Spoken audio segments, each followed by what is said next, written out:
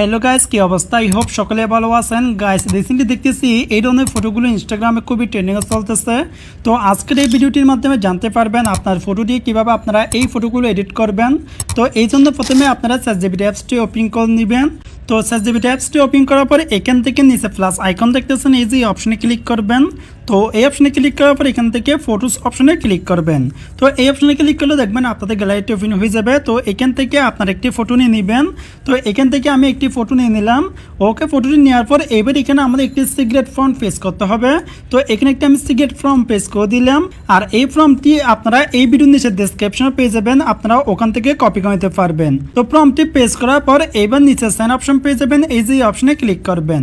তো এই অপশনে ক্লিক করলে দেখবেন ফটো আর ফর্মটি সেন্ড হয়ে যাবে। এখানে একটু পর আমাদের ভাইরাল ফটোটি জেনারেট করে দিবে। তো দেখতেছেন নিচে প্রসেসিং চলতেছে। এখানে আপনাদের 30 সেকেন্ড বা 40 সেকেন্ড সময় রাখতে পারে। এটা হচ্ছে আপনার নেট কতটুকু স্পিড এটার উপর নির্ভর করবে। ওকে গাইজ, দেখতেছেন আমাদের ফটোটি কিন্তু জেনারেট করে দিয়েছে কত সুন্দর করে। আমি কিন্তু এই ফটো আর এই ফর্মটি সেন্ড করলাম, তারা কিন্তু আমাকে এই ভাইরাল ফটোটি জেনারেট করে দিয়েছে।